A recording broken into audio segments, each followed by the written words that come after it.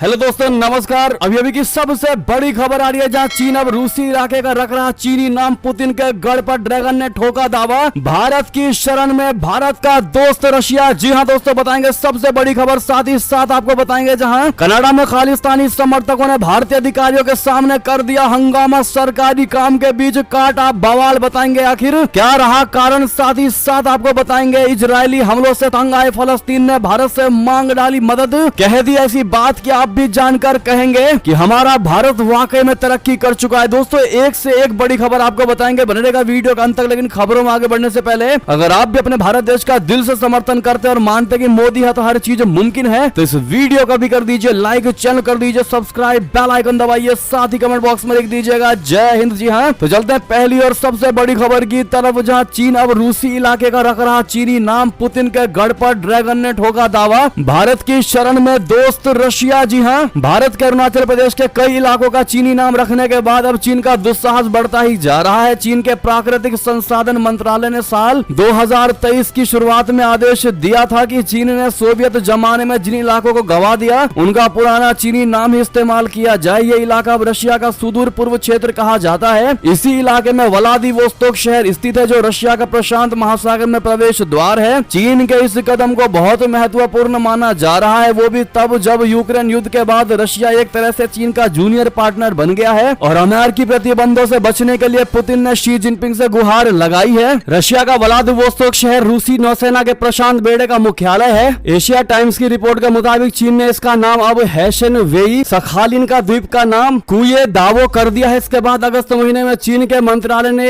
एक नक्शा जारी किया जिसमें रशिया के विवादित इलाके बोलशोई युसूरियस्की द्वीप को चीन की सीमा के अंदर दिखा दिया। चीन की इस चाल के बाद कई पश्चिमी विशेषज्ञों ने यह कहना शुरू कर दिया है कि रूसी गणराज्य को कई टुकड़ों में बांट दिया जाए। इससे पश्चिमी देशों को रूसी खतरा सदा के लिए खत्म हो जाएगा और वो यूक्रेन पर हमला नहीं कर सकेगा। रिपोर्ट में रूसी मामलों के विशेषज्ञ सुसान स्मिथ पीटर ने कहा कि मैं जानता हूं कि रशिया के टूटने का खतरा ना के बराबर है, लेकिन दोस्तों ऐसे में जिस प्रकार से चाइना ने अब रशिया के इलाके का अपना नाम रख दिया है, ऐसे में चीन ने रशिया के इलाके को जिस प्रकार से कब्जा करने की कोशिश की, ऐसे में भारत की शरण में दिखाई दे रहा है रशिया। और अगर आप भी मानते हैं कि रशिया के साथ चीन ने अगर कहीं से भी कहीं तक दुश्मनी लेने की कोशिश की तो भारत और रशिया दोनों एक साथ आ जाएंगे, तो अपनी राय अवश्य रखिएगा। साथ ही साथ एक और खबर की बात करते हैं जहां कनाडा में खालिस्तानी समर्थकों ने भारतीय अधिकारियों के सामने किया बहुत बड़ा हंगामा, सरकारी काम के बीच काटा बवाल। जी हां, कनाडा के ब्रिटिश कोलंबिया प्रांत के खालसा दीवान सोसाइटी गुरुद्वारे में भारतीय वाणिज्य दूतावास के अधिकारी भारतीय पेंशन धारकों को जीवित प्रमाण पत्र जारी कर रहे थे। इसके विरोध में कुछ खालिस्तान समर्थकों ने हंगामा कर दिया। दूतावास के अधिकारियों को स्थानीय पुलिस ने भीड़ से बचाते हुए सुरक्षित स्थान पर भेज दिया। खालिस्तानी समर्थक संगठन सिख फॉर जस्टिस ने चेतावनी दी है कि आने वाले समय में भारतीय दूतावास के कामकाज में ऐसी ही बाधा डालेंगे। सिख फॉर जस्टिस ने कई पोस्टरों के जरिए धमकी दी है कि भारतीय दूतावास कोई भी ऐसे कैंप ना लगाए वरना वो लोग उसे बंद करा देंगे। गौरतलब है कि 18 और 19 नवंबर को भारतीय वाणिज्य दूतावास ग्रेटर टोरंटो इलाके में दोबारा कैंप लगाने वाले हैं। इसमें एक कैंप गुरुद्वारा में होगा और दूसरे कैंप को मंदिर में आयोजित किया जाएगा। इसी तरह वैंकूवर मेट्रो इलाके में 19 नवंबर को भी एक कैंप लगाया जाएगा। इसके अलावा सस्कातून प्रांत के एक स्कूल में भारतीय वाणिज्य दूतावास कैंप लगाएगा। हिंदुस्तान टाइम्स के मुताबिक कनाडा में वरिष्ठ भारतीय अधिकारी ने कहा कि कैंप के दौरान गुरुद्वारे में 10 से 20 प्रदर्शनकारी पहुंचे और वहां खड़े कई भारतीयों को गाली देने लगे। उन्होंने कहा हमें कैंप लगाने में कोई परेशानी नहीं हुई, वहां पर्याप्त पुलिस मौजूद थी। अगली खबर की बात करें जहां इजरायली हमलों से तंग आए फलस्तीन ने भारत से मांगी मदद, कहा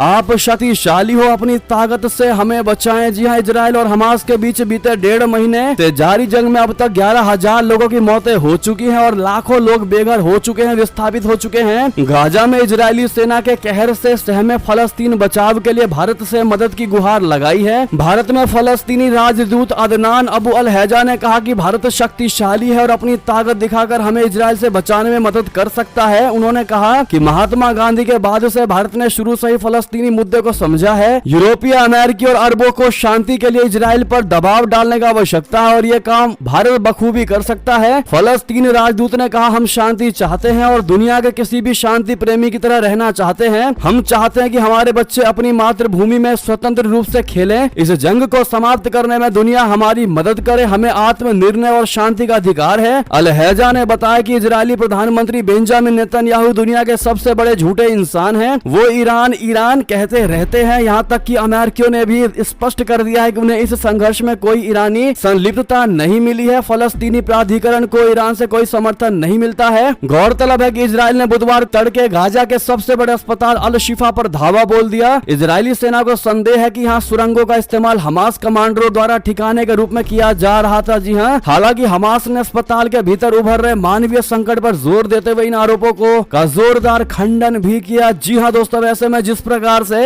इजरायली हमलों से तंग आकर फलस्तीन ने भारत से मदद मांगी है दोस्तों, कहीं ना कहीं ये दर्शाने की कोशिश कर रहा है कि भारत की आज साख पूरी दुनिया में ऐसी हो चुकी है कि मानो जैसे किसी समय में अमेरिका की हुआ करती थी। अब अमेरिका को हर कोई पहचान चुका है दोस्तों कि वो कितना दोगला है, डबल स्टैंडर्ड फॉलो करता है। और अब भारत एकमात्र ऐसा देश बनता जा रहा है जो अपनी जुबान पर खड़ा उतरता है। भारत कभी भी किसी को गोली नहीं देता दोस्तों, किसी को भी झांसा देने की कोशिश नहीं करता है। भारत जो चीज कर सकता है वही चीज कहता है, और यही सबसे बड़ी वजह है कि आज भारत नंबर 1 बनता जा रहा है। ऐसे में इसका सबसे बड़ा क्रेडिट आप किसको देना चाहेंगे बताइएगा जरूर, और साथ ही साथ लॉन्ग लिव मोदी जी कहना मत भूलिएगा। चलते हैं एक और बड़ी खबर की तरफ, जहां शी जिनपिंग तानाशाह है। जी हां, चीनी राष्ट्रपति संघ बैठक में साथ काम करने का वादा बाहर निकलते ही क्यों भड़के जो बाइडेन। बता दें, चीन के राष्ट्रपति शी जिनपिंग फिलहाल अमेरिकी दौरे पर है। उनके इस दौरे का काफी समय से इंतजार किया जा रहा था। अमेरिका पहुंचने के बाद शी जिनपिंग ने अमेरिकी राष्ट्रपति बाइडेन से मुलाकात की है। इस दौरान दोनों नेताओं के बीच कई अहम मुद्दों पर बातचीत हुई, लेकिन बैठक के बाद अमेरिकी राष्ट्रपति ने चीनी राष्ट्रपति को तानाशाह बता दिया। बाइडेन ने कहा कि अमेरिका में एक अलग तरह की सरकार है और चीन में स्थितियां अलग है। चीन में जिस तरह का शासन है उसके हिसाब से जिनपिंग का एक तानाशाही है। एशिया प्रशांत आर्थिक सहयोग शिखर सम्मेलन में शिरकत करने अमेरिका पहुंचे चीन के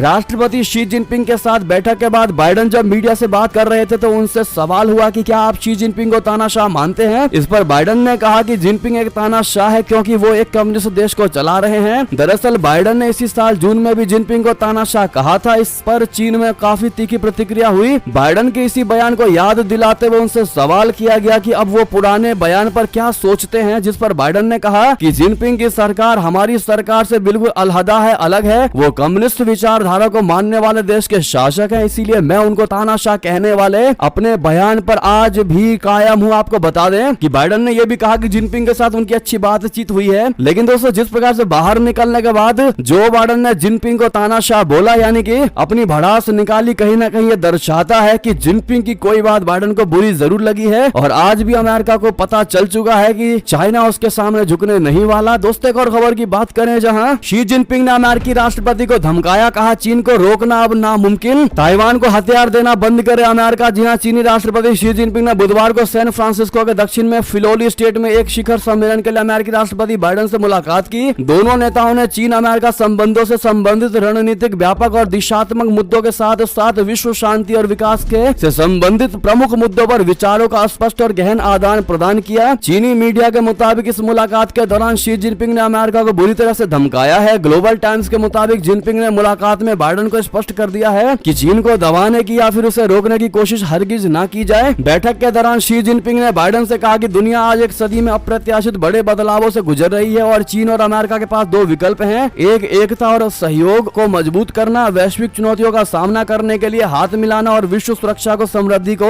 बढ़ावा देना। साथ ही साथ एक और खबर की बात करें, जहां पाकिस्तान के आगे नहीं झुका तालिबान तो बौखलाए जनरल मुनीर, अफगानिस्तान में करेंगे हमला। बता दे, पाकिस्तान ने जिस सांप को अपने पड़ोस में भारत के खिलाफ पाला था अब वही उसे डरा रहा है। जी हां, अफगानिस्तान में पाकिस्तान की मदद से अशरफ गनी सरकार को हटाकर सत्ता में आए तालिबान आतंकियों ने अब अपने आका के झुकने से इनकार कर दिया है। पाकिस्तानी सेना बार बार तालिबान से गुहार लगा रही है कि वो तहरीके तालिबान पाकिस्तान यानी टीटीपी आतंकियों के खिलाफ एक्शन ले। ये टीटीपी आतंकी पाकिस्तानी सेना के खिलाफ अक्सर हमले करते रहते हैं। तालिबान को झुकाने के लिए पाकिस्तान ने लाखों की तादाद में देश में मौजूद अफगान शरणार्थियों को देश से बाहर जाने के लिए कह दिया। इससे भी तालिबानी नहीं झुके तो पाकिस्तानी सेना हमला करने के विकल्प पर विचार करने की धमकी दे रही है। यही नहीं, पाकिस्तान के विदेश मंत्रालय ने तालिबान सरकार के साथ अफगानिस्तान में मौजूद टीटीपी के ठिकानों की सूची साझा की है, शेयर किया है। पाकिस्तान ने कहा कि हम अपेक्षा करते हैं कि तालिबान सरकार इनके खिलाफ कार्रवाई करेगी। वहीं तालिबान ने साफ कर दिया है कि टीटीपी की समस्या उनके सत्ता में आने से पहले से है और ये पाकिस्तान का आंतरिक मामला है। तालिबान ने यह भी कहा कि टीटीपी का आतंकी अफगानिस्तान नहीं बल्कि पाकिस्तान के अंदर मौजूद है। वहीं अफगानिस्तान के साथ तनाव के बावजूद पाकिस्तान की सरकार को भरोसा है कि वो टीटीपी के मुद्दे को तालिबान के साथ सुलझा सकती सकती है। जी हाँ, बहरहाल दोस्तों ऐसे में ये थी कि सारी बड़ी खबरें। आपको हमारी खबर कैसी लगी, आशा करता हूँ बहुत अच्छी लगी होगी। अगर थोड़ी भी अच्छी लगी तो इस वीडियो को दोस्तों में, भाइयों में, साथियों में, रिश्तेदारों में, व्हाट्सएप, फेसबुक, ट्विटर के माध्यम से शेयर अवश्य कर दीजिएगा। और अभी कर दीजिए इस वीडियो को लाइक, चैनल कर दीजिए सब्सक्राइब, बेल आइकन दबाइए, साथ ही कमेंट बॉक्स में लिख दीजिएगा जय हिंद जय भारत। और यहाँ तक बने रहने के लिए सभी